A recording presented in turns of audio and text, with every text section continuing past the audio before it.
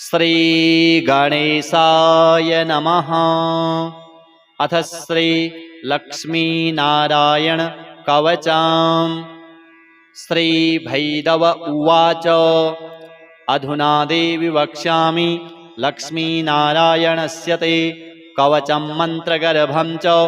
वज्रपञ्जरकाख्यया। श्रीवज्रपञ्जरं नाम कवचं परमाद्भुतं रहस्यं सर्वदेवानां साधकानां विशेषतः यं धृत्वा भगवान् देवः प्रसीदति परः पुमान्। यस्य धारणमात्रेण ब्रह्मालोकपितामहः ईश्वरोऽहं शिवो भीमो वासवोऽपि दिवस्पतिः। सूर्यस्तेजो निधिर्देवी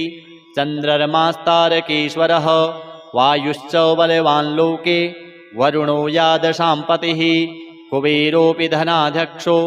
धर्मराजो यमः स्मृतः यं धृत्वा सहसा विष्णुः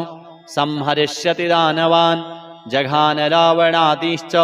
किं वक्ष्येऽहमतः परं कवचस्यास्य सुभगे कथितोऽयं मुनिः शिवः। त्रिष्टुप्छन्दो देवता च लक्ष्मीनारायणो मतः रमाबीजं पराशक्तिस्तारं कीलकमीश्वरी भोगापवर्गसिद्ध्यर्थं विनियोग इति स्मृतः। ॐ अस्य श्री लक्ष्मीनारायणकवचस्य शिवः ऋषिः त्रिष्टुप्छन्दः श्रीलक्ष्मीनारायणदेवता श्रीं बीजां ह्रीं शक्तिः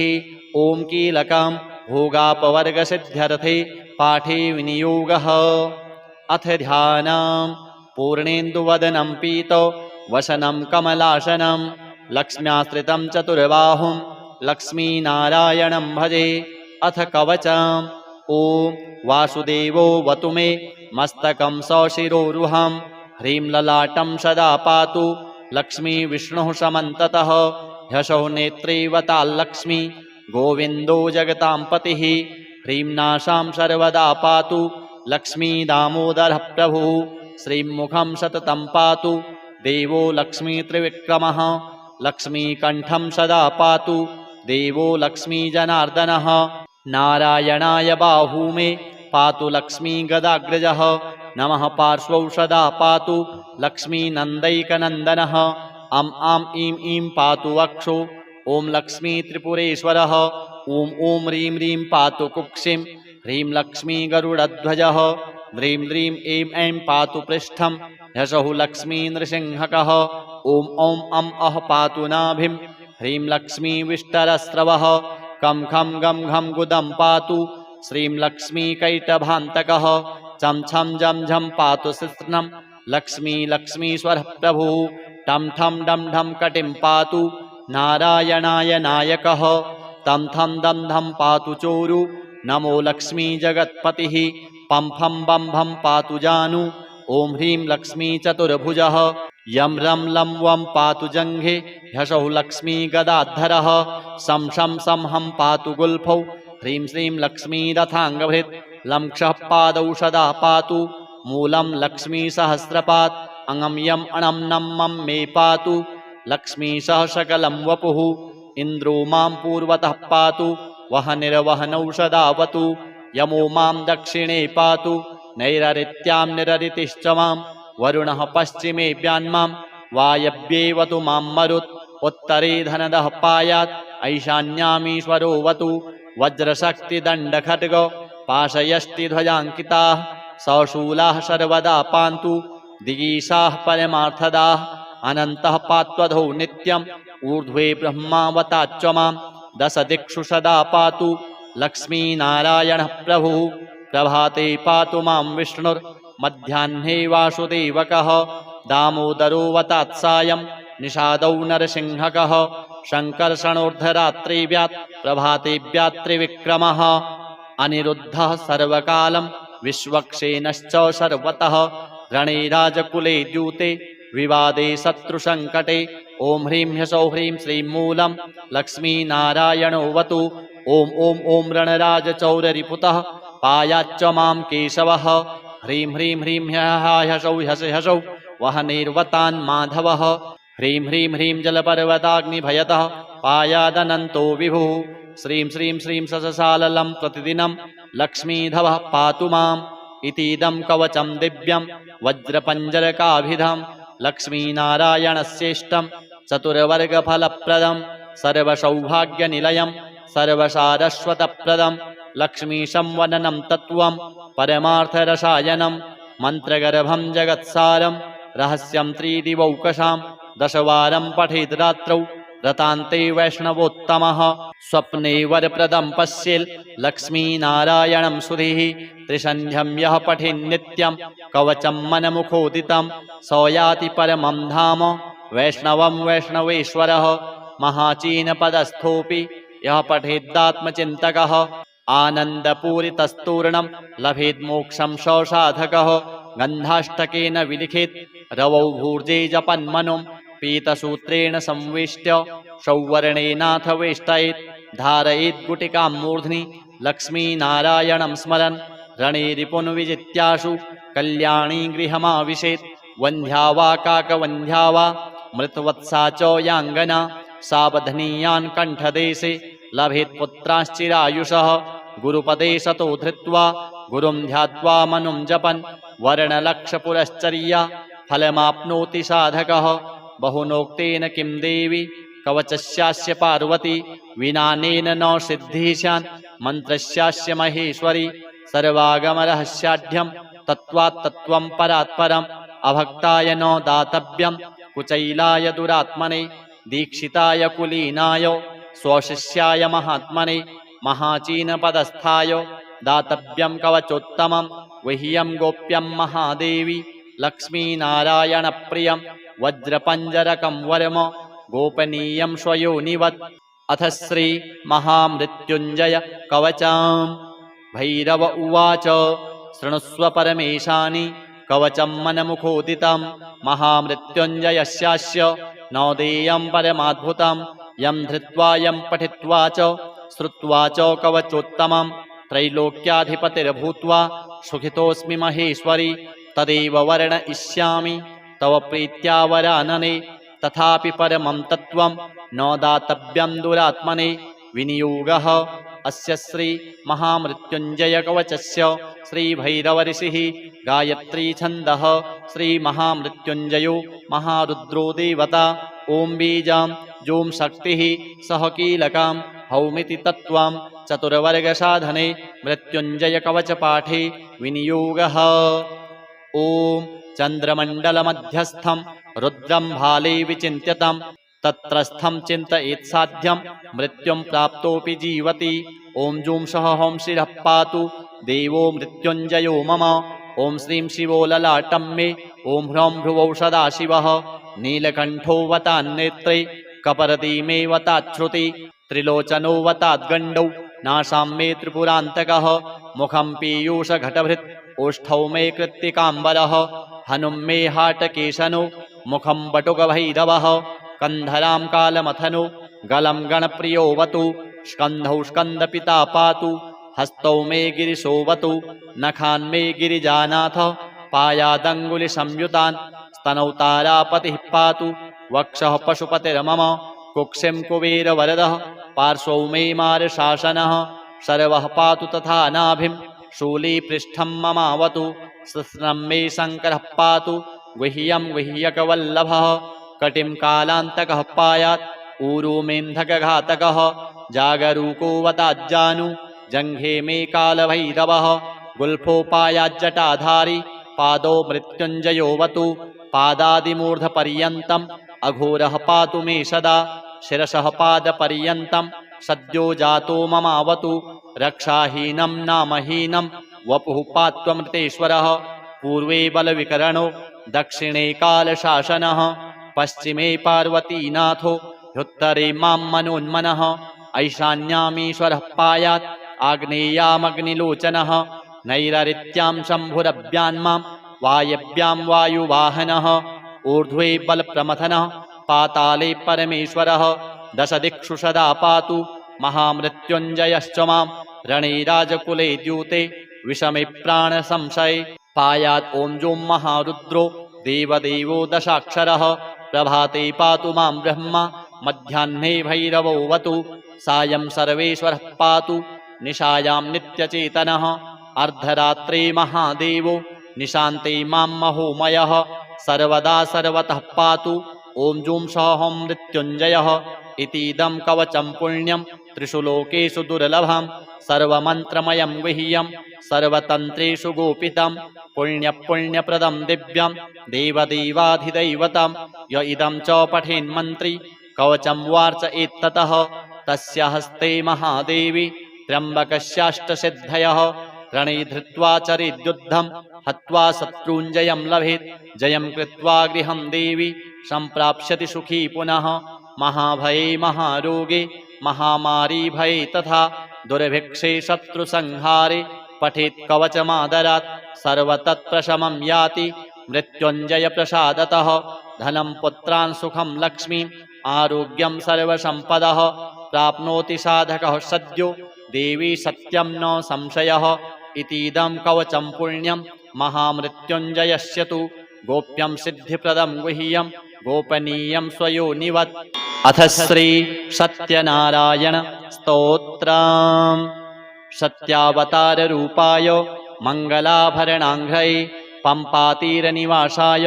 सत्यदेवाय मङ्गलं स्थितमन्नवरग्रामे प्रियसत्यव्रतं प्रभुं स्मरामि वरदातारं सत्यदेवाय मङ्गलं द्वारे कनकदुर्गाते वनदुर्गगिरिस्थिता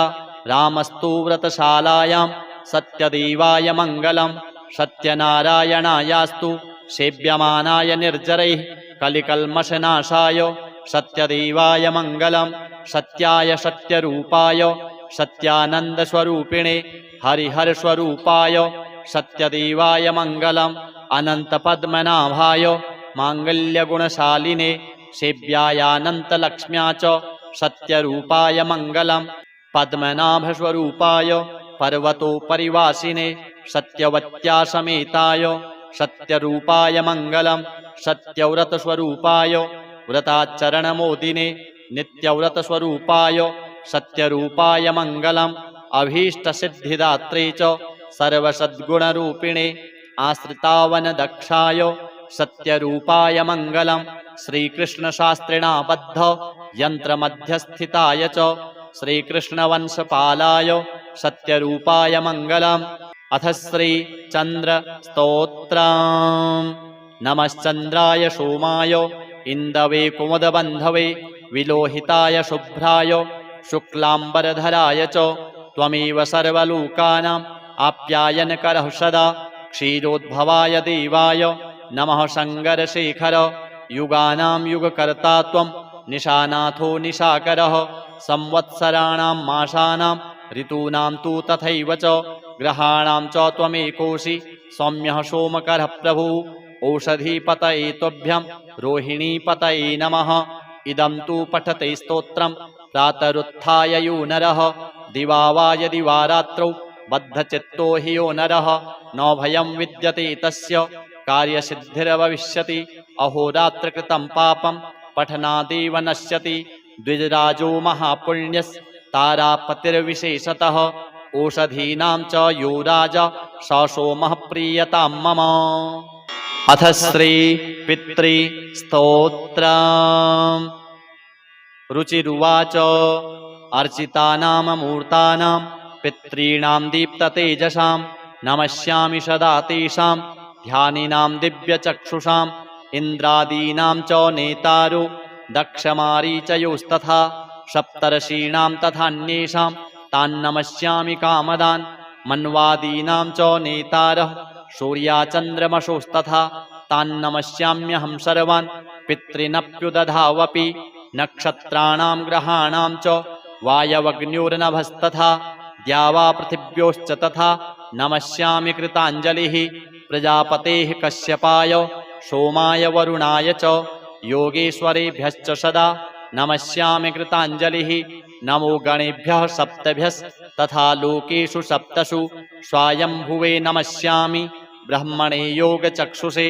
सोमाधारान् पितृगणान् योगमूर्तिधरास्तथा नमस्यामि तथा सोमं पितरं जगतामहम् अग्निरूपांस्तथैवान्यान् नमस्यामि पितॄनहम् अग्निशोममयं विश्वं यत् एतदशेषतः ये च तेजसि ये चैते सोमसूर्याग्निमूर्तयः जगत्स्वरूपिणश्चैव तथा ब्रह्मस्वरूपिणः तेभ्योऽखिलेभ्यो योगिभ्यः पितृभ्यो यतमानसः नमो नमो नमस्तेस्तु प्रसीदन्तु स्वधाभुजः। श्रीनारायणार्पणमस्तु। अथ श्री लक्ष्मीनारायण कवचम्। श्री भैरव उवाच अधुना देवि वक्ष्यामि लक्ष्मीनारायणस्य ते कवचं मन्त्रगर्भं च वज्रपञ्जरकाख्यया। श्रीवज्रपञ्जरं नाम कवचं परमाद्भुतं रहस्यं सर्वदेवानां साधकानां विशेषतः यं धृत्वा भगवान् देवः प्रसीदति परः पुमान् यस्य धारणमात्रेण ब्रह्मालोकपितामहः ईश्वरोऽहं शिवो भीमो वासवोऽपि दिवस्पतिः सूर्यस्तेजो निधिर्देवी चन्द्रमास्तारकेश्वरः वायुश्च बलवान् लोके वरुणो यादशाम्पतिः कुबेरोऽपि धनाध्यक्षो धर्मराजो यमः स्मृतः यं धृत्वा सहसा विष्णुः संहरिष्यति दानवान् जघान रावणादिश्च किं वक्ष्येऽहमतः परं कवचस्यास्य सुभगे कथितोऽयं मुनिः शिवः त्रिष्टुप्छन्दो देवता च लक्ष्मीनारायणो मतः रमाबीजं पराशक्तिस्तारं कीलकमीश्वरी भोगापवर्गसिद्ध्यर्थं विनियोग इति स्मृतः। ॐ अस्य श्री लक्ष्मीनारायणकवचस्य शिवः ऋषिः त्रिष्टुप्छन्दः श्रीलक्ष्मीनारायणदेवता श्रीं बीजां ह्रीं शक्तिः ॐ कीलकां भोगापवर्गसिद्ध्यर्थे पाठे विनियोगः। अथ ध्यानम्। पूर्णेन्दुवदनं पीतो वसनं कमलासनं लक्ष्म्याश्रितं चतुर्बाहुं लक्ष्मीनारायणं भजे। अथ कवचम्। ॐ वासुदेवो वतु मे मस्तकं सशिरोरुहं ह्रीं ललाटं सदा पातु लक्ष्मी विष्णुः समन्ततः ह्यसौ नेत्रेवताल्लक्ष्मी गोविन्दो जगतां पतिः ह्रीं नासां सर्वदा पातु लक्ष्मी दामोदरः प्रभुः श्रीमुखं सततं पातु देवो लक्ष्मी त्रिविक्रमः लक्ष्मीकण्ठं सदा पातु देवो लक्ष्मीजनार्दनः नारायणाय बाहू मे पातु लक्ष्मी गदाग्रजः नमः पार्श्वौ सदा पातु लक्ष्मीनन्दैकनन्दनः अं आं ईं ईं पातु वक्षो ॐ लक्ष्मी त्रिपुरेश्वरः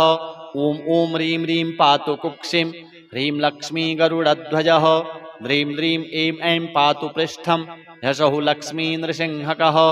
ॐ ॐ अं अः पातु नाभिं ह्रीं लक्ष्मी विष्टरस्रवः कं खं गं घं गुदं पातु श्रीं लक्ष्मी कैटभान्तकः चं छं जं झं पातु शिश्नं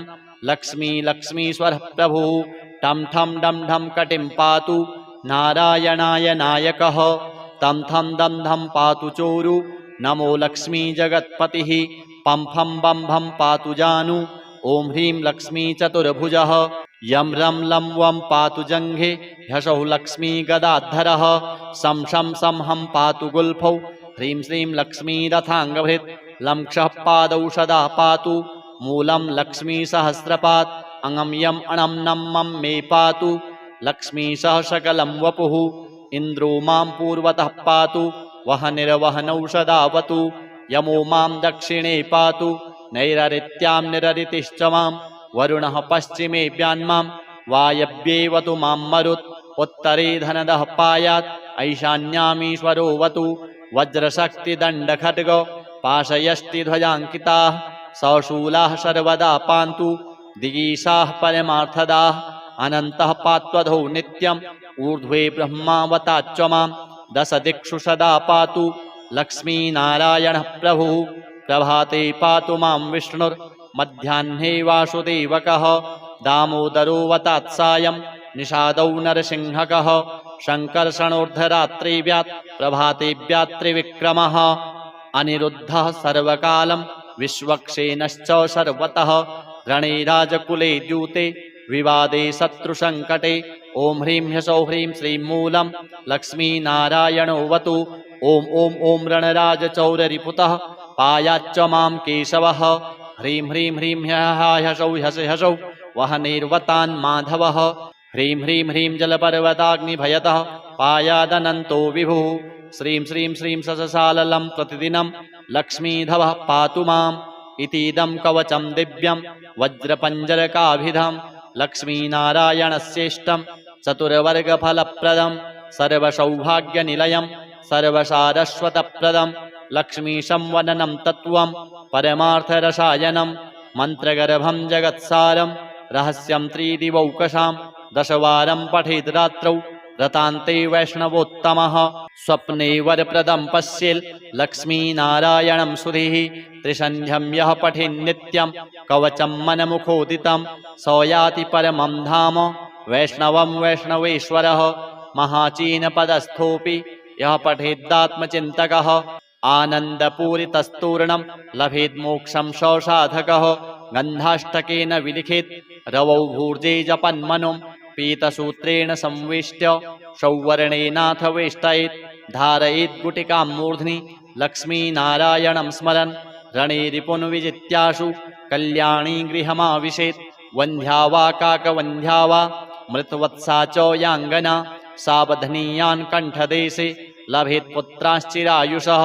गुरुपदे सतो धृत्वा गुरुं ध्यात्वा मनुं जपन् वर्णलक्षपुरश्चर्या फलमाप्नोति साधकः बहुनोक्तेन किं देवी कवचस्यास्य पार्वती विनानेन न सिद्धिः स्यात् मन्त्रस्यास्य महेश्वरी सर्वागमरहस्याढ्यं तत्त्वात् तत्त्वं परात् परम् अभक्ताय न दातव्यं कुचैलाय दुरात्मने दीक्षिताय कुलीनाय स्वशिष्याय महात्मने महाचीनपदस्थाय दातव्यं कवचोत्तमं गुह्यं गोप्यं महादेवी लक्ष्मीनारायणप्रियं वज्रपञ्जरकं वरम गोपनीयं स्वयोनिवत् अथ श्री महामृत्युञ्जय कवचम् भैरव उवाच शृणुस्व परमेशानि कवचं मनमुखोदितं महामृत्युञ्जयस्यास्य न देयं परमाद्भुतं यं धृत्वा यं पठित्वा च श्रुत्वा च कवचोत्तमं त्रैलोक्याधिपतिर्भूत्वा सुखितोऽस्मि महेश्वरी तदेव वर्णयिष्यामि तव प्रीत्या वरानने तथापि परमं तत्त्वं न दातव्यं दुरात्मने विनियोगः अस्य श्री महामृत्युञ्जय कवचस्य श्री भैरवऋषिः गायत्री छन्दः श्री महामृत्युञ्जयो महारुद्रो देवता ओं बीजां जों शक्तिः सह कीलकां हौमिति तत्त्वं चतुर्वर्गसाधने मृत्युञ्जय कवचपाठे विनियोगः ओं चन्द्रमण्डलमध्यस्थं रुद्रं भाले विचिन्त्यतं तत्रस्थं चिन्तयेत् साध्यं मृत्युं प्राप्तोऽपि जीवति ॐ जूं सह हौं शिरः पातु देवो मृत्युञ्जयो मम ॐ श्रीं शिवो ललाटं मे ॐ ह्रौं भ्रुवौ सदाशिवः नीलकण्ठो वतान्नेत्रे कपर्दी मे वताच्छ्रुति त्रिलोचनो वताद्गण्डौ नासां मे त्रिपुरान्तकः मुखं पीयूषघटभृत् ओष्ठौ मे कृत्तिकाम्बरः हनुं मे हाटकेशनो मुखं बटुकभैरवः कन्धरां कालमथनो गलं गणप्रियोऽवतु स्कन्धौ स्कन्दपिता पातु हस्तौ मे गिरिशोऽवतु नखान् मे गिरिजानाथ पायादङ्गुलिसंयुतान् स्तनौ तारापतिः पातु वक्षः पशुपतिर्मम कुक्षिं कुबेरवरदः पार्श्वौ मे मारशासनः सर्वः पातु तथा नाभिं शूलीपृष्ठं ममावतु कृष्णं मे शङ्करः पातु गुह्यं गुह्यकवल्लभः कटिं कालान्तकः पायात् ऊरुमेन्धकघातकः जागरूको वताज्जानु जङ्घे मे कालभैरवः गुल्फोपायाज्जटाधारी पादौ मृत्युञ्जयोऽवतु पादादिमूर्धपर्यन्तम् अघोरः पातु मे सदा शिरसः पादपर्यन्तं सद्यो जातो ममावतु रक्षाहीनं नामहीनं वपुः पात्वमृतेश्वरः पूर्वे बलविकरणो दक्षिणे कालशासनः पश्चिमे पार्वतीनाथो ह्युत्तरे मां मनोन्मनः ऐशान्यामीश्वरः पायात् आग्नेयामग्निलोचनः नैररित्यां शम्भुरभ्यान्मां वायव्यां वायुवाहनः ऊर्ध्वे बलप्रमथनः पाताले परमेश्वरः दश दिक्षु सदा पातु महामृत्युञ्जयश्च मां रणे राजकुले द्यूते विषमे प्राणसंशये पायात् ॐ जों महारुद्रो देवदेवो दशाक्षरः प्रभाते पातु मां ब्रह्मा मध्याह्ने भैरवोऽवतु सायं सर्वेश्वरः पातु निशायां नित्यचेतनः अर्धरात्रे महादेवो निशान्ते मां महोमयः सर्वदा सर्वतः पातु ॐ जूं सौहं मृत्युञ्जयः इतीदं कवचं पुण्यं त्रिषु लोकेषु दुर्लभं सर्वमन्त्रमयं गुह्यं सर्वतन्त्रेषु गोपितं पुण्यपुण्यप्रदं दिव्यं देवदेवाधिदैवतं य इदं च पठेन्मन्त्री कवचं वार्चयेत्ततः तस्य हस्ते महादेवी त्र्यम्बकस्याष्टसिद्धयः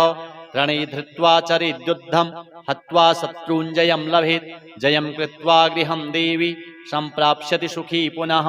महाभये महारोगे महामारी भये तथा दुर्भिक्षे शत्रुसंहारे पठेत् कवचमादरात् सर्वतत्प्रशमं याति मृत्युञ्जयप्रसादतः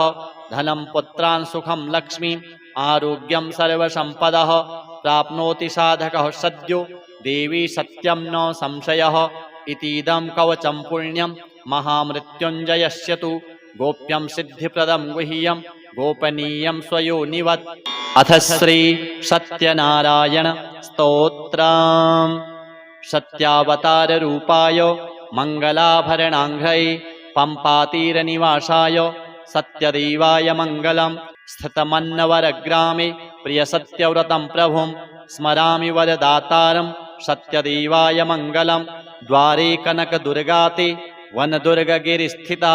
रामस्तु व्रतशालायां सत्यदेवाय मङ्गलं सत्यनारायणायास्तु सेव्यमानाय निर्जरैः कलिकल्मषनाशाय सत्यदेवाय मङ्गलं सत्याय सत्यरूपाय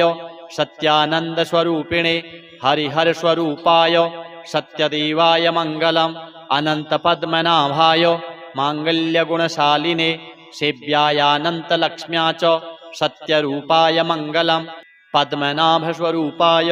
पर्वतोपरिवासिने सत्यवत्या समेताय सत्यरूपाय मङ्गलं सत्यव्रतस्वरूपाय व्रताचरणमोदिने नित्यव्रतस्वरूपाय सत्यरूपाय मङ्गलम् अभीष्टसिद्धिदात्रे च सर्वसद्गुणरूपिणे आश्रितावनदक्षाय सत्यरूपाय मङ्गलं श्रीकृष्णशास्त्रिणा बद्ध यन्त्रमध्यस्थिताय च श्रीकृष्णवंशपालाय सत्यरूपाय मङ्गलम् अथ श्रीचन्द्रस्तोत्रम् नमश्चन्द्राय सोमाय इन्दवे कुमुदबन्धवे विलोहिताय शुभ्राय शुक्लाम्बरधराय च त्वमेव सर्वलोकानाम् आप्यायनकरः सदा क्षीरोद्भवाय देवाय नमः शङ्करशेखर युगानां युगकर्ता त्वं निशानाथो निशाकरः संवत्सराणां मासानां ऋतूनां तु तथैव च ग्रहाणां च त्वमेकोऽसि सौम्यः सोमकरः प्रभुः ओषधीपतये तुभ्यं रोहिणीपतये नमः इदं तु पठते स्तोत्रं प्रातरुत्थाय यो नरः दिवा वा यदि वा रात्रौ बद्धचित्तो हि यो नरः न भयं विद्यते तस्य कार्यसिद्धिर्भविष्यति अहोरात्रकृतं पापं पठनादेव नश्यति द्विजराजो महापुण्यस्तारापतिर्विशेषतः ओषधीनां च यो राजा स सोमः प्रीयतां मम अथ श्रीपितृस्तोत्रम् रुचिरुवाच अर्चितानाममूर्तानां पितॄणां दीप्ततेजसां नमस्यामि सदा तेषां ध्यानिनां दिव्यचक्षुषाम् इन्द्रादीनां च नेतारो दक्षमारीचयोस्तथा सप्तर्षीणां तथान्येषां तान्नमस्यामि कामदान् मन्वादीनां च नेतारः सूर्याचन्द्रमसोस्तथा तान्नमस्याम्यहं सर्वान् पितॄनप्युदधावपि नक्षत्राणां ग्रहाणां च वायवग्न्योर्नभस्तथा द्यावा पृथिव्योश्च तथा नमस्यामि कृताञ्जलिः प्रजापतेः कश्यपाय सोमाय वरुणाय च योगेश्वरेभ्यश्च सदा नमस्यामि कृताञ्जलिः नमो गणेभ्यः सप्तभ्यः तथा लोकेषु सप्तषु स्वायम्भुवे नमस्यामि ब्रह्मणे योगचक्षुषे सोमाधारान् पितृगणान् योगमूर्तिधरास्तथा नमस्यामि तथा सोमं पितरं जगतामहम् अग्निरूपांस्तथैवान्यान् नमस्यामि पितॄनहम् अग्निसोममयं विश्वं यत् एतदशेषतः ये च तेजसि ये चैते सोमसूर्याग्निमूर्तयः जगत्स्वरूपिणश्चैव तथा ब्रह्मस्वरूपिणः तेभ्योऽखिलेभ्यो योगिभ्यः पितृभ्यो यतमानसः नमो नमो नमस्तेस्तु प्रसीदन्तु स्वधाभुजः। श्रीनारायणार्पणमस्तु। अथ श्री लक्ष्मीनारायण कवचम्। श्री भैरव उवाच अधुना देवि वक्ष्यामि लक्ष्मीनारायणस्य ते कवचं मन्त्रगर्भं च वज्रपञ्जरकाख्यया। श्रीवज्रपञ्जरं नाम कवचं परमाद्भुतं रहस्यं सर्वदेवानां साधकानां विशेषतः यं धृत्वा भगवान् देवः प्रसीदति परः पुमान् यस्य धारणमात्रेण ब्रह्मालोकपितामहः ईश्वरोऽहं शिवो भीमो वासवोऽपि दिवस्पतिः सूर्यस्तेजो निधिर्देवी चन्द्रमास्तारकेश्वरः वायुश्च बलवान् लोके वरुणो यादशां पतिः कुबेरोऽपि धनाध्यक्षो धर्मराजो यमः स्मृतः यं धृत्वा सहसा विष्णुः संहरिष्यति दानवान् जघान रावणादिश्च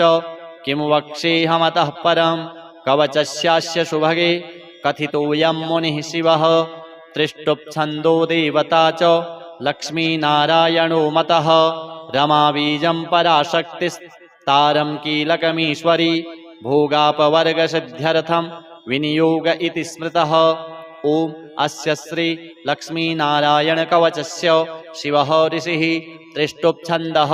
श्रीलक्ष्मीनारायणदेवता श्रीं बीजां ह्रीं शक्तिः ॐ कीलकं भोगापवर्गसिद्ध्यर्थे पाठे विनियोगः। अथ ध्यानं पूर्णेन्दुवदनं पीतो वसनं कमलासनं लक्ष्म्याश्रितं चतुर्बाहुं लक्ष्मीनारायणं भजे। अथ कवचम् ॐ वासुदेवो वतु मे मस्तकं सशिरोरुहं ह्रीं ललाटं सदा पातु लक्ष्मी विष्णुः समन्ततः ह्यसौ नेत्रैवताल्लक्ष्मी गोविन्दो जगतां पतिः ह्रीं नासां सर्वदा पातु लक्ष्मी दामोदरः प्रभुः श्रीं मुखं सततं पातु देवो लक्ष्मी त्रिविक्रमः लक्ष्मीकण्ठं सदा पातु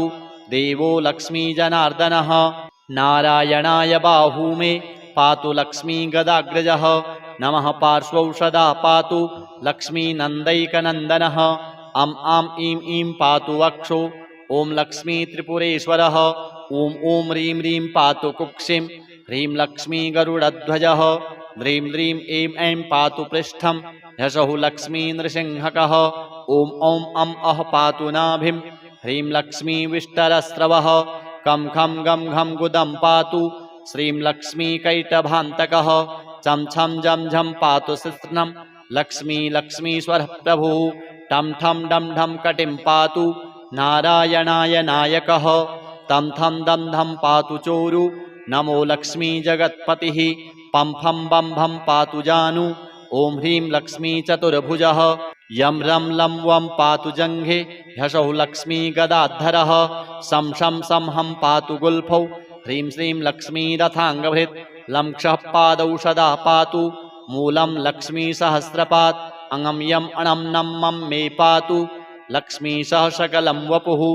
इन्द्रो मां पूर्वतः पातु वहनिर्वहनौ सदावतु यमो मां दक्षिणे पातु नैररित्यां निररितिश्च मां वरुणः पश्चिमे व्यान्मां वायव्येवतु मां मरुत् उत्तरे धनदः पायात् ऐशान्यामीश्वरो वतु वज्रशक्तिदण्डखड्ग पाशयष्टिध्वजाङ्किताः सशूलाः सर्वदा पान्तु दिगीशाः परमार्थदाः अनन्तः पात्वधौ नित्यम् ऊर्ध्वे ब्रह्मावताच्च मां दशदिक्षु सदा पातु लक्ष्मीनारायणः प्रभुः प्रभाते पातु मां विष्णुर्मध्याह्ने वासुदेवकः दामोदरोऽवतात्सायं निषादौ नरसिंहकः शङ्कर्षणोर्धरात्रिव्यात् प्रभातेव्यात् त्रिविक्रमः अनिरुद्धः सर्वकालं विश्वक्सेनश्च सर्वतः रणे राजकुले द्यूते विवादे शत्रुसङ्कटे ॐ ह्रीं ह्सौः ह्रीं श्रीं मूलं लक्ष्मीनारायणोऽवतु ॐ ॐ ॐ रणराजचौररिपुतः पायाच्च मां केशवः ह्रीं ह्रीं ह्रीं ह्सौः ह्सौः वहनेर्वतान् माधवः ह्रीं ह्रीं ह्रीं जलपर्वताग्निभयतः पायादनन्तो विभुः श्रीं श्रीं श्रीं सससाललं प्रतिदिनं लक्ष्मीधवः पातु माम् इतीदं कवचं दिव्यं वज्रपञ्जरकाभिधं लक्ष्मीनारायणस्येष्टं चतुर्वर्गफलप्रदं सर्वसौभाग्यनिलयं सर्वसारस्वतप्रदं लक्ष्मीशं वदनं तत्त्वं परमार्थरसायनं मन्त्रगर्भं जगत्सारं रहस्यं त्रिदिवौकसां दशवारं पठेत् रात्रौ रतान्ते वैष्णवोत्तमः स्वप्ने वरप्रदं पश्येत् लक्ष्मीनारायणं सुधीः त्रिसन्ध्यं यः पठेन्नित्यं कवचं मनमुखोदितं सौयाति परमं धाम वैष्णवं वैष्णवेश्वरः महाचीनपदस्थोऽपि यः पठेद्दात्मचिन्तकः आनन्दपूरितस्तूर्णं लभेद्मोक्षं ससाधकः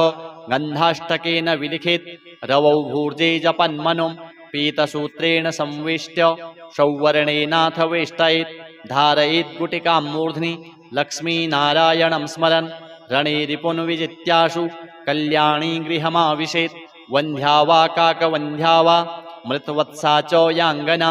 सावधनीयान् कण्ठदेशे लभेत् पुत्राश्चिरायुषः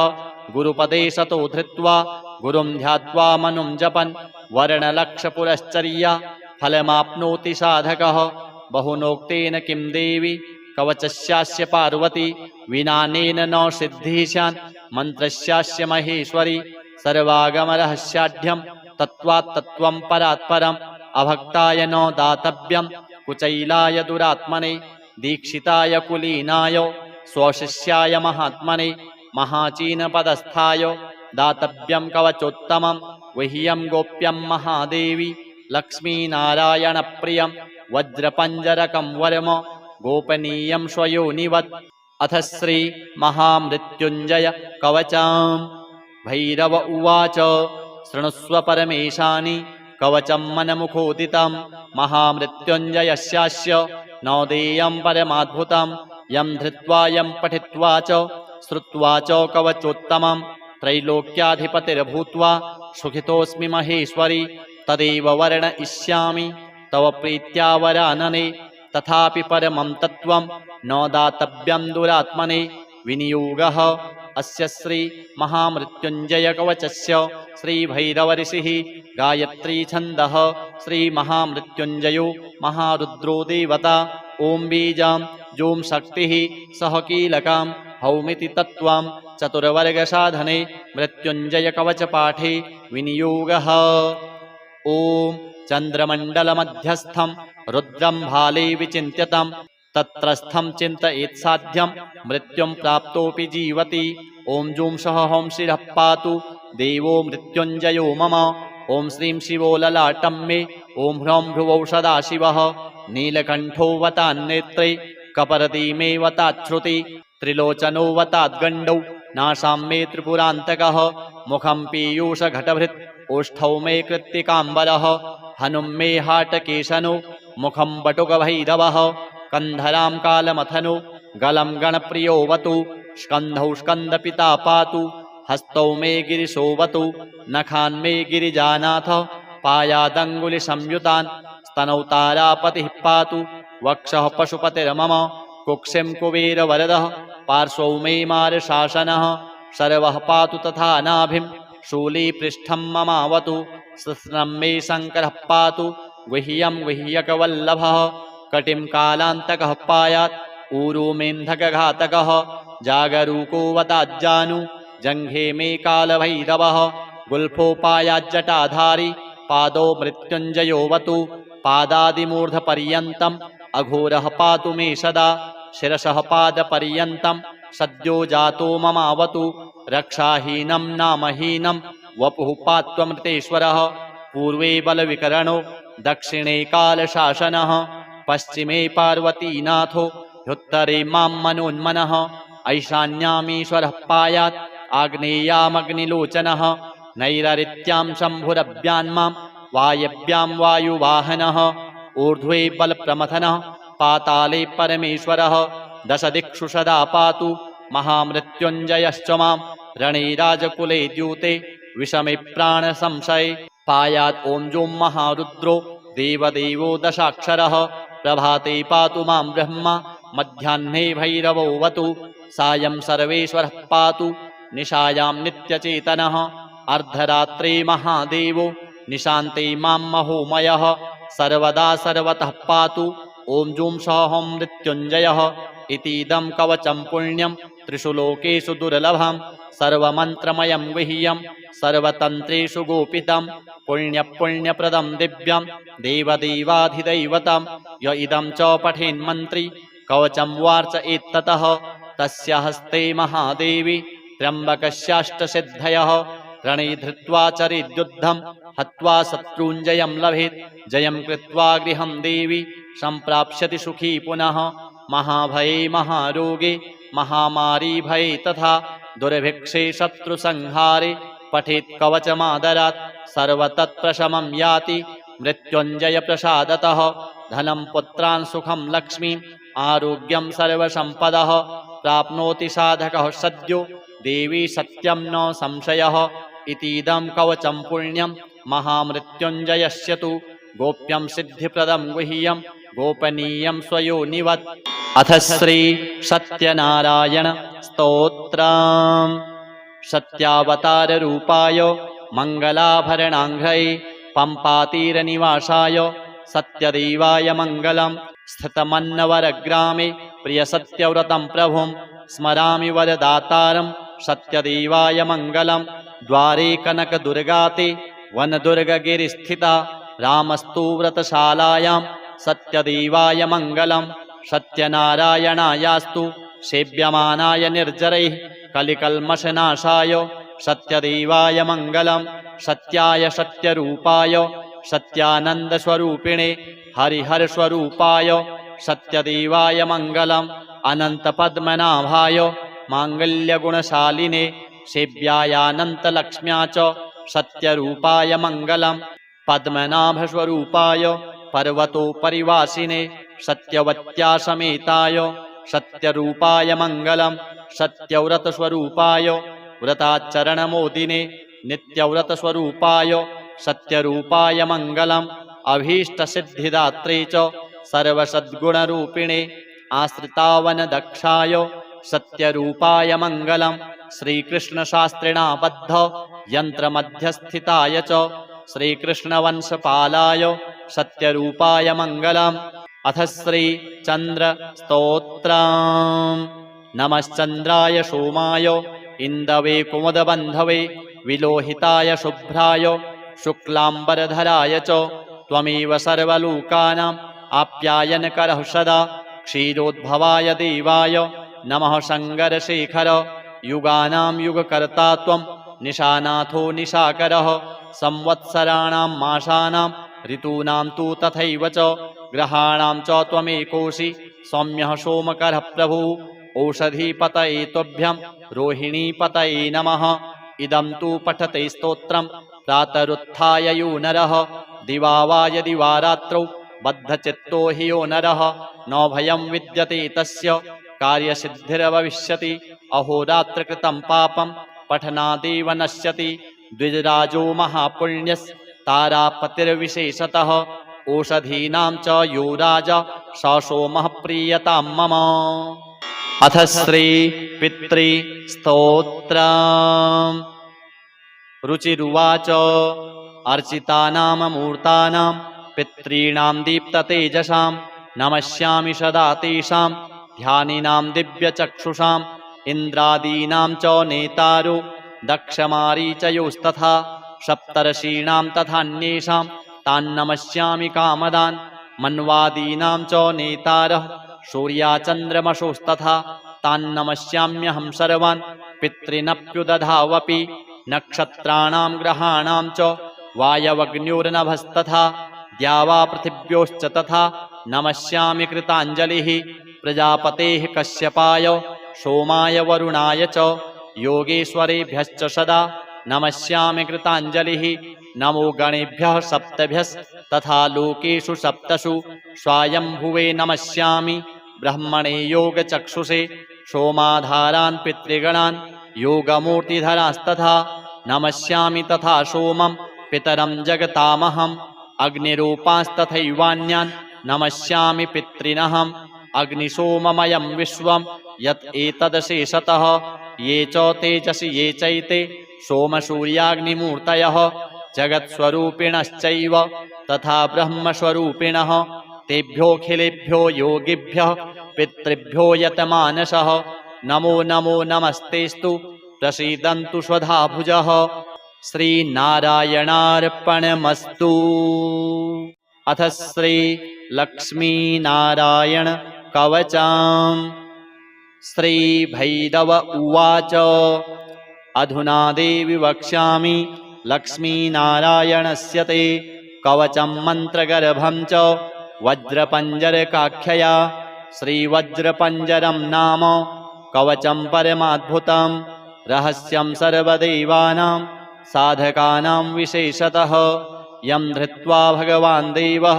प्रसीदति परः पुमान् यस्य धारणमात्रेण ब्रह्मालोकपितामहः ईश्वरोऽहं शिवो भीमो वासवोऽपि दिवस्पतिः सूर्यस्तेजो निधिर्देवी चन्द्रमास्तारकेश्वरः वायुश्च बलवान् लोके वरुणो यादशाम्पतिः कुबेरोऽपि धनाध्यक्षो धर्मराजो यमः स्मृतः यं धृत्वा सहसा विष्णुः संहरिष्यति दानवान् जघान रावणादिश्च किं वक्ष्येऽहमतः परं कवचस्यास्य सुभगे कथितोऽयं मुनिः शिवः त्रिष्टुप्छन्दो देवता च लक्ष्मीनारायणो मतः रमाबीजं पराशक्तिस्तारं कीलकमीश्वरी भोगापवर्गसिद्ध्यर्थं विनियोग इति स्मृतः। ॐ अस्य श्री लक्ष्मीनारायणकवचस्य शिवः ऋषिः त्रिष्टुप्छन्दः श्रीलक्ष्मीनारायणदेवता श्रीं बीजां ह्रीं शक्तिः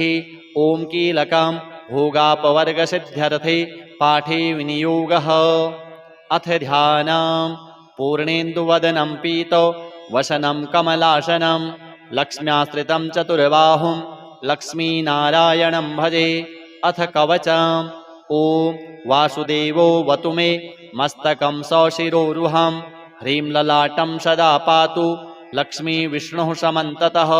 ह्यसौ नेत्रैवताल्लक्ष्मी गोविन्दो जगतां पतिः ह्रीं नासां सर्वदा पातु लक्ष्मी दामोदरः प्रभुः श्रीं मुखं सततं पातु देवो लक्ष्मी त्रिविक्रमः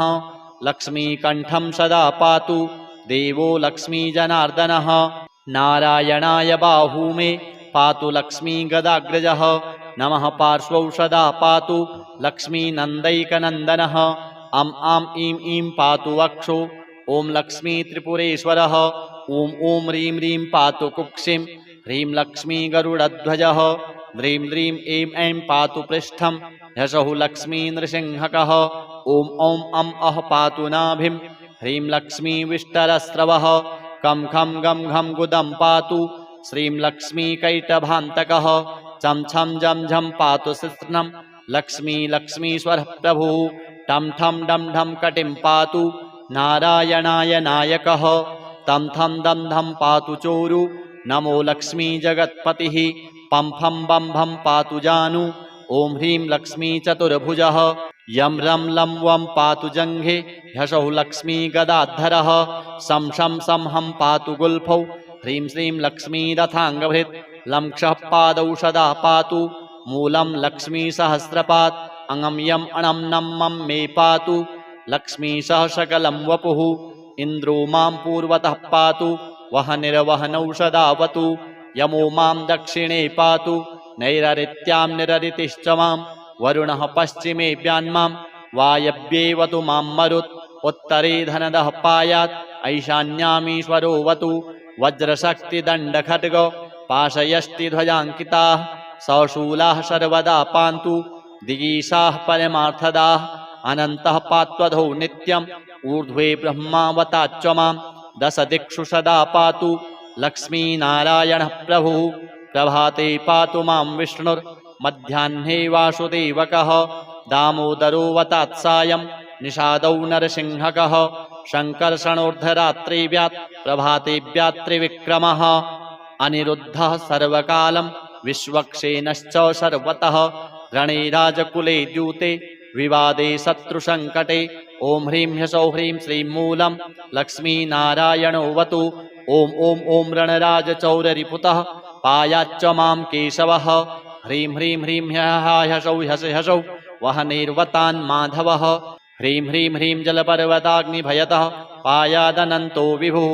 श्रीं श्रीं श्रीं सससाललं प्रतिदिनं लक्ष्मीधवः पातु माम् इतीदं कवचं दिव्यं वज्रपञ्जरकाभिधं लक्ष्मीनारायणस्येष्टं चतुर्वर्गफलप्रदं सर्वसौभाग्यनिलयं सर्वसारस्वतप्रदं लक्ष्मीशं वदनं तत्त्वं परमार्थरसायनं मन्त्रगर्भं जगत्सारं रहस्यं त्रिदिवौकशां दशवारं पठेद् रात्रौ रतान्ते वैष्णवोत्तमः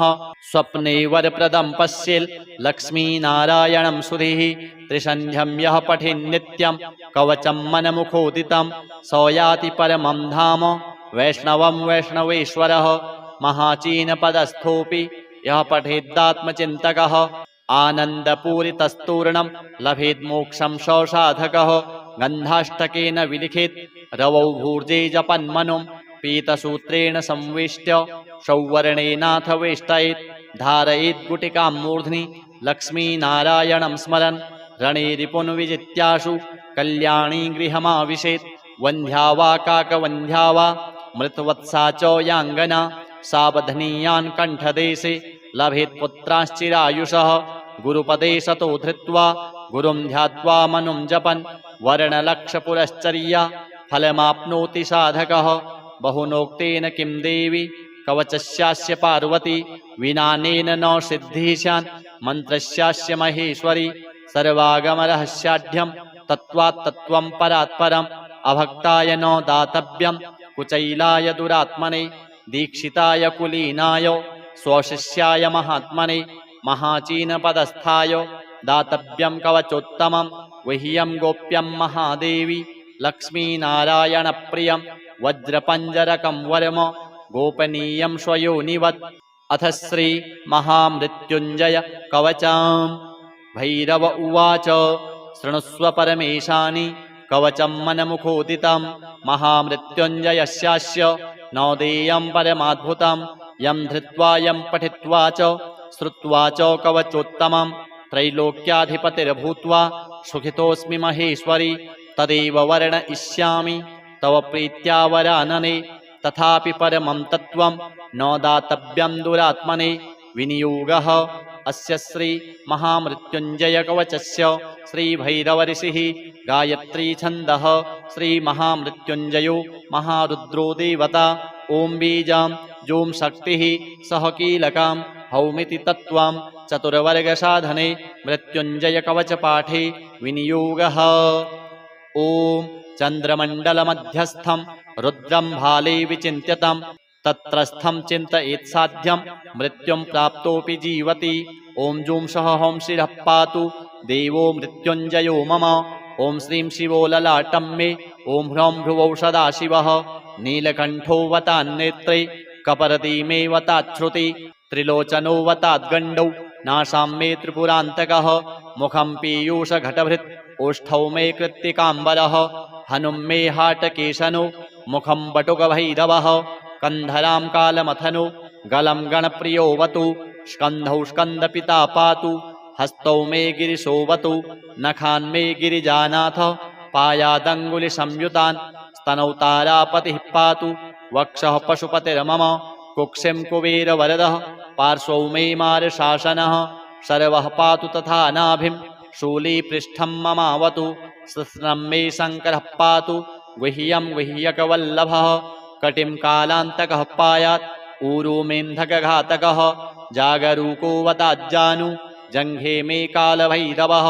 गुल्फोपायाज्जटाधारी पादौ मृत्युञ्जयोऽवतु पादादिमूर्धपर्यन्तम् अघोरः पातु मे सदा शिरसः पादपर्यन्तं सद्यो जातो ममावतु रक्षाहीनं नामहीनं वपुः पात्वमृतेश्वरः पूर्वे बलविकरणो दक्षिणे कालशासनः पश्चिमे पार्वतीनाथो ह्युत्तरे मां मनोन्मनः ऐशान्यामीश्वरः पायात् आग्नेयामग्निलोचनः नैररित्यां शम्भुरभ्यान्मां वायव्यां वायुवाहनः ऊर्ध्वे बलप्रमथनः पाताले परमेश्वरः दशदिक्षु सदा पातु महामृत्युञ्जयश्च मां रणे राजकुले द्यूते विषमे प्राणसंशये पायात् ॐ जों महारुद्रो देवदेवो दशाक्षरः प्रभाते पातु मां ब्रह्मा मध्याह्ने भैरवोऽवतु सायं सर्वेश्वरः पातु निशायां नित्यचेतनः अर्धरात्रे महादेवो निशान्ते मां महोमयः सर्वदा सर्वतः पातु ॐ जूं सौः मृत्युञ्जयः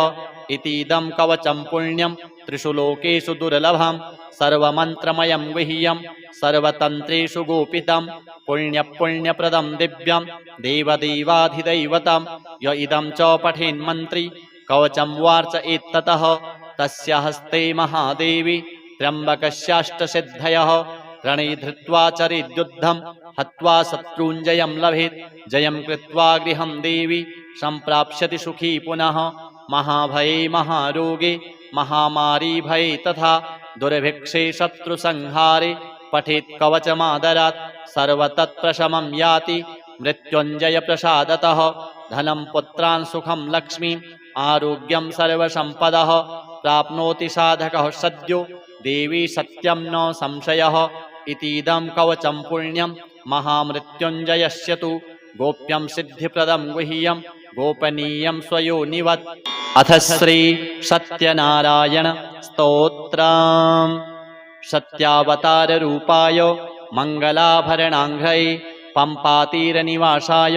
सत्यदेवाय मङ्गलं स्थितमन्नवरग्रामे प्रियसत्यव्रतं प्रभुं स्मरामि वरदातारं सत्यदेवाय मङ्गलं द्वारे कनकदुर्गाते वनदुर्गगिरिस्थिता रामस्तु व्रतशालायां सत्यदेवाय मङ्गलं सत्यनारायणायास्तु सेव्यमानाय निर्जरैः कलिकल्मषनाशाय सत्यदेवाय मङ्गलं सत्याय सत्यरूपाय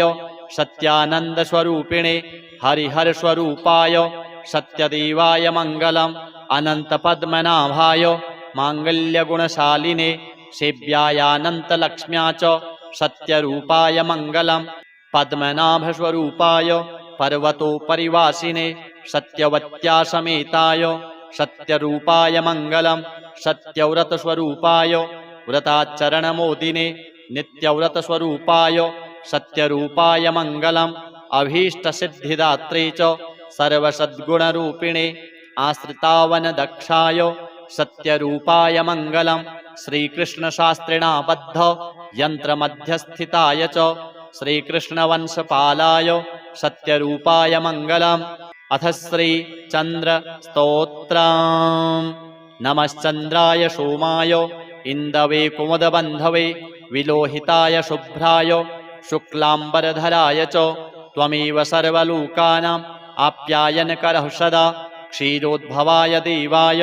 नमः शङ्करशेखर युगानां युगकर्ता त्वं निशानाथो निशाकरः संवत्सराणां मासानां ऋतूनां तु तथैव च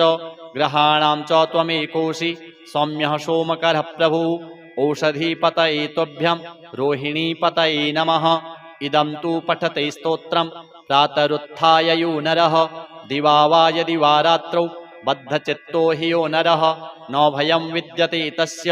कार्यसिद्धिर्भविष्यति अहोरात्रकृतं पापं पठनादेव नश्यति द्विजराजो महापुण्यस्तारापतिर्विशेषतः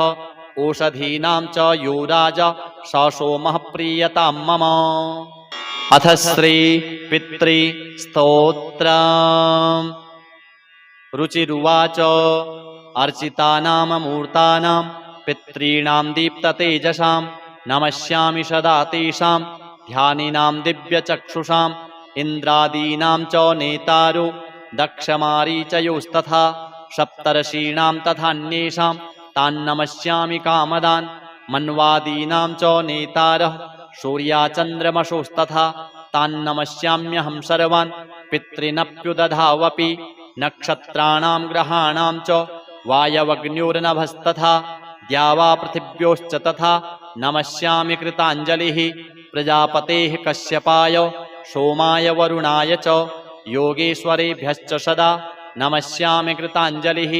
नमो गणेभ्यः सप्तभ्यस्तथा लोकेषु सप्तसु स्वायम्भुवे नमस्यामि ब्रह्मणे योगचक्षुषे सोमाधारान् पितृगणान् योगमूर्तिधरास्तथा नमस्यामि तथा सोमं पितरं जगतामहम् अग्निरूपांस्तथैवान्यान् नमस्यामि पितॄनहम् अग्निसोममयं विश्वं यत् एतदशेषतः ये च तेजसि ये चैते सोमसूर्याग्निमूर्तयः जगत्स्वरूपिणश्चैव तथा ब्रह्मस्वरूपिणः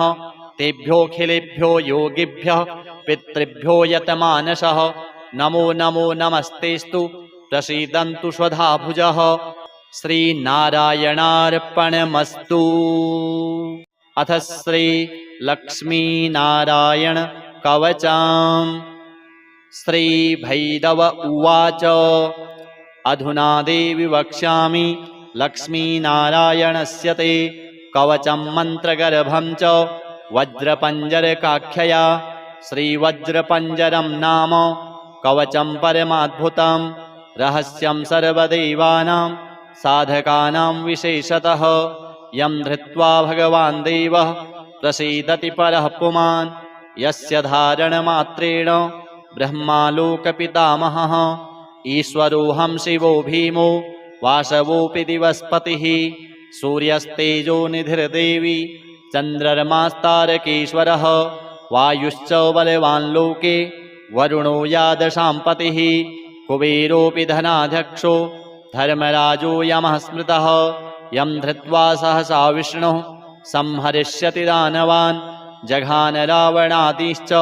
किं वक्ष्येऽहमतः परं कवचस्यास्य सुभगे कथितोऽयं मुनिः शिवः त्रिष्टुप्छन्दो देवता च लक्ष्मीनारायणो मतः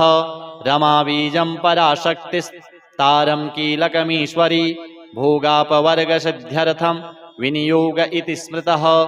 ओम अस्य श्री लक्ष्मीनारायण कवचस्य शिवः ऋषिः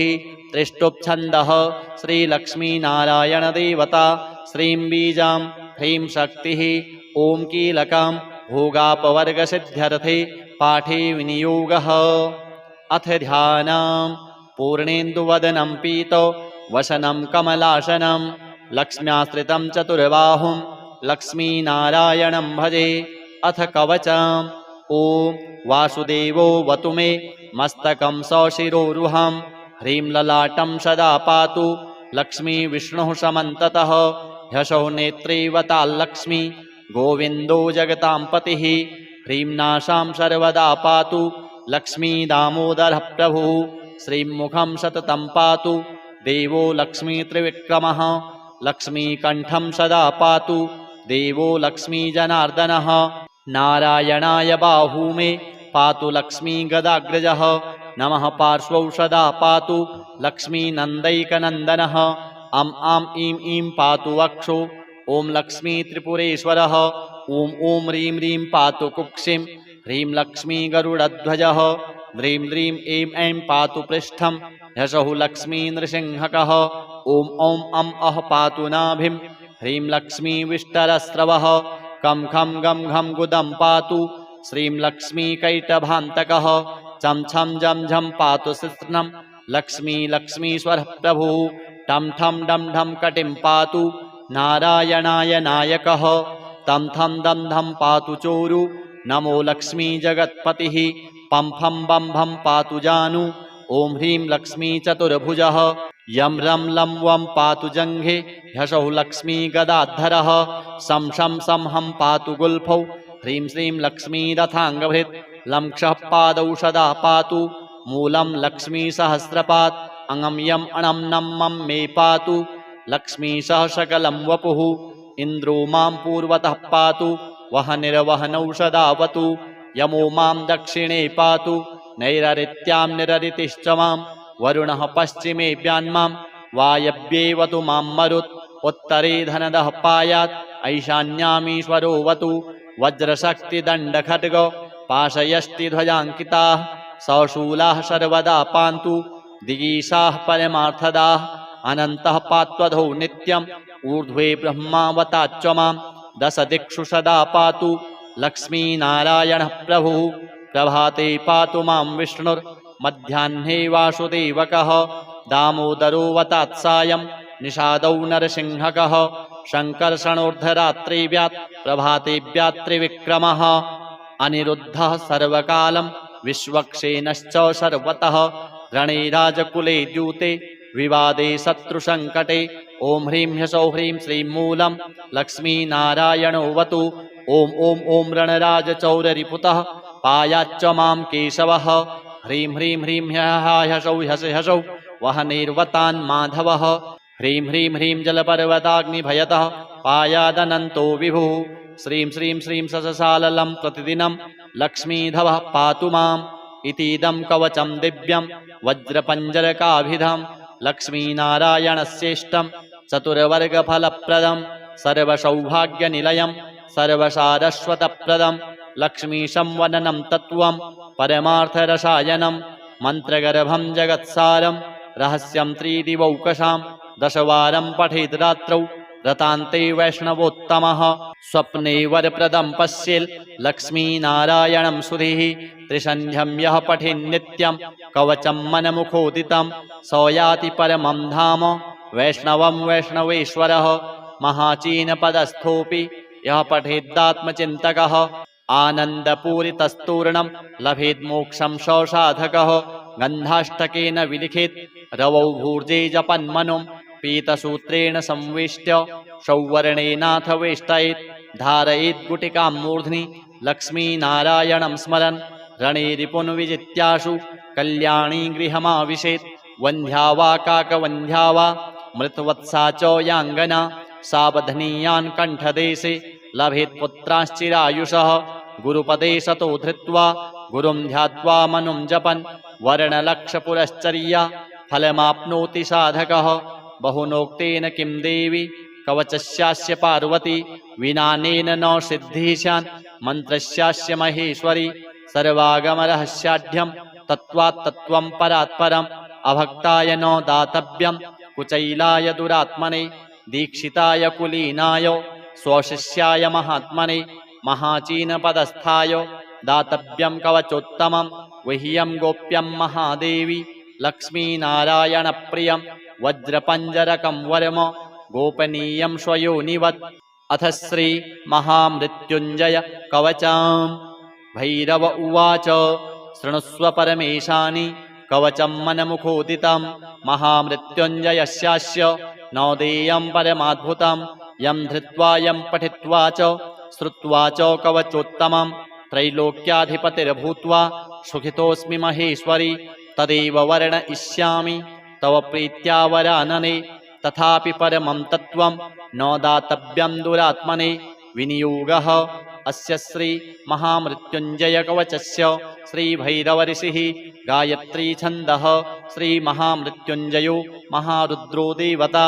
ॐ बीजां जों शक्तिः सह कीलकां हौमिति तत्त्वं चतुर्वर्गसाधने मृत्युञ्जय कवचपाठे विनियोगः ॐ चन्द्रमण्डलमध्यस्थं रुद्रं भाले विचिन्त्यतं तत्रस्थं चिन्तयेत् साध्यं मृत्युं प्राप्तोऽपि जीवति ॐ जूं सह हं शिरः पातु देवो मृत्युञ्जयो मम ॐ श्रीं शिवो ललाटं मे ॐ ह्रौं भ्रुवौ सदाशिवः नीलकण्ठो वतान्नेत्रे कपर्दी मे वताच्छ्रुति त्रिलोचनो वताद्गण्डौ नासां मे त्रिपुरान्तकः मुखं पीयूषघटभृत् ओष्ठौ मे कृत्तिकाम्बरः हनुं मे हाटकेशनो मुखं बटुकभैरवः कन्धरां कालमथनो गलं गणप्रियोऽवतु स्कन्धौ स्कन्दपिता पातु हस्तौ मे गिरिशोऽवतु नखान् मे गिरिजानाथ पायादङ्गुलिसंयुतान् स्तनौ तारापतिः पातु वक्षः पशुपतिर्मम कुक्षिं कुबेरवरदः पार्श्वौ मे मारशासनः सर्वः पातु तथा नाभिं शूलीपृष्ठं ममावतु सुस्नं मे शङ्करः पातु गुह्यं गुह्यकवल्लभः कटिं कालान्तकः पायात् ऊरुमेन्धकघातकः जागरूकोऽवताज्जानु जङ्घे मे कालभैरवः गुल्फोपायाज्जटाधारी पादो मृत्युञ्जयोऽवतु पादादिमूर्धपर्यन्तम् अघोरः पातु मे सदा शिरसः पादपर्यन्तं सद्यो जातो ममावतु रक्षाहीनं नामहीनं वपुः पात्वमृतेश्वरः पूर्वे बलविकरणो दक्षिणे कालशासनः पश्चिमे पार्वतीनाथो ह्युत्तरे मां मनोन्मनः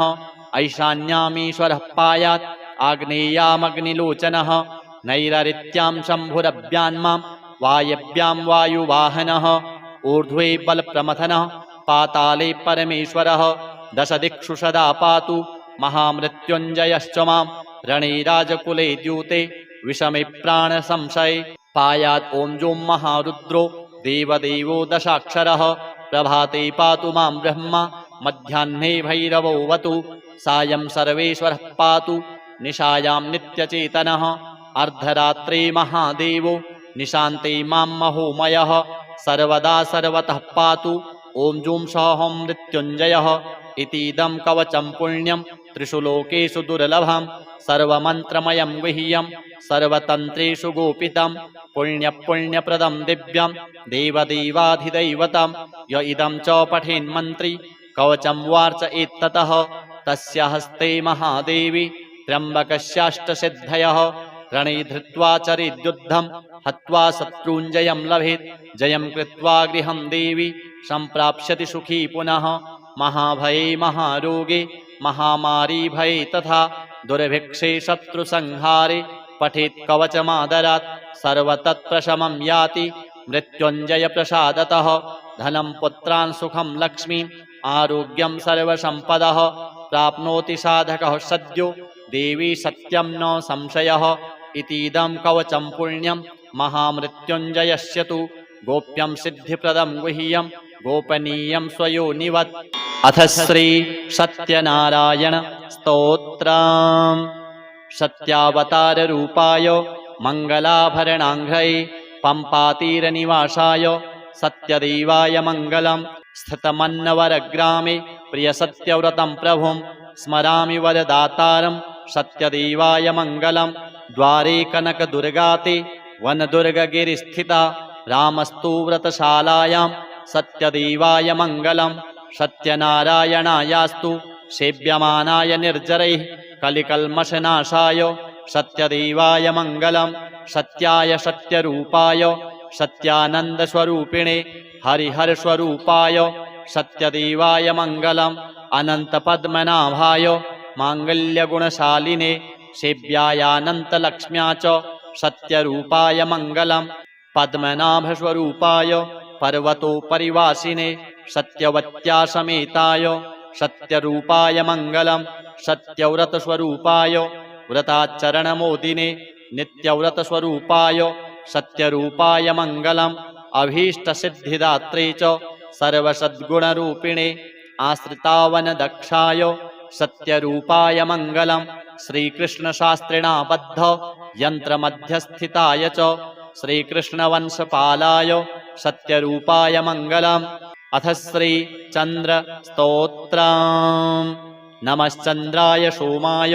इन्दवे कुमुदबन्धवे विलोहिताय शुभ्राय शुक्लाम्बरधराय च त्वमेव सर्वलोकानाम् आप्यायनकरः सदा क्षीरोद्भवाय देवाय नमः शङ्करशेखर युगानां युगकर्ता त्वं निशानाथो निशाकरः संवत्सराणां मासानां ऋतूनां तु तथैव च ग्रहाणां च त्वमेकोऽसि सौम्यः सोमकरः प्रभुः औषधीपतये तुभ्यं रोहिणीपतये नमः इदं तु पठते स्तोत्रं प्रातरुत्थाय यो नरः दिवा वा यदि वा रात्रौ बद्धचित्तो हि यो नरः न भयं विद्यते तस्य कार्यसिद्धिर्भविष्यति अहोरात्रकृतं पापं पठनादेव नश्यति द्विजराजो महापुण्यस्तारापतिर्विशेषतः ओषधीनां च यो राजा स सोमः प्रीयतां मम अथ श्री पितृस्तोत्रम् रुचिरुवाच अर्चितानामूर्तानां पितॄणां दीप्ततेजसां नमस्यामि सदा तेषां ध्यानिनां दिव्यचक्षुषाम् इन्द्रादीनां च नेतारो दक्षमारीचयोस्तथा सप्तर्षीणां तथान्येषां तान्नमस्यामि कामदान् मन्वादीनां च नेतारः सूर्याचन्द्रमसोस्तथा तान्नमस्याम्यहं सर्वान् पितॄनप्युदधावपि नक्षत्राणां ग्रहाणां च वायवग्न्योर्नभस्तथा द्यावापृथिव्योश्च तथा नमस्यामि कृताञ्जलिः प्रजापतेः कश्यपाय सोमाय वरुणाय च योगेश्वरेभ्यश्च सदा नमस्यामि कृताञ्जलिः नमो गणेभ्यः सप्तभ्यस्तथा लोकेषु सप्तसु स्वायम्भुवे नमस्यामि ब्रह्मणे योगचक्षुषे सोमाधारान् पितृगणान् योगमूर्तिधरास्तथा नमस्यामि तथा सोमं पितरं जगतामहम् अग्निरूपांस्तथैवान्यान् नमस्यामि पितॄनहम् अग्निसोममयं विश्वं यत् एतदशेषतः ये च तेजसि ये चैते सोमसूर्याग्निमूर्तयः जगत्स्वरूपिणश्चैव तथा ब्रह्मस्वरूपिणः तेभ्योऽखिलेभ्यो योगिभ्यः पितृभ्यो यतमानसः नमो नमो नमस्तेस्तु प्रसीदन्तु स्वधाभुजः। श्रीनारायणार्पणमस्तु।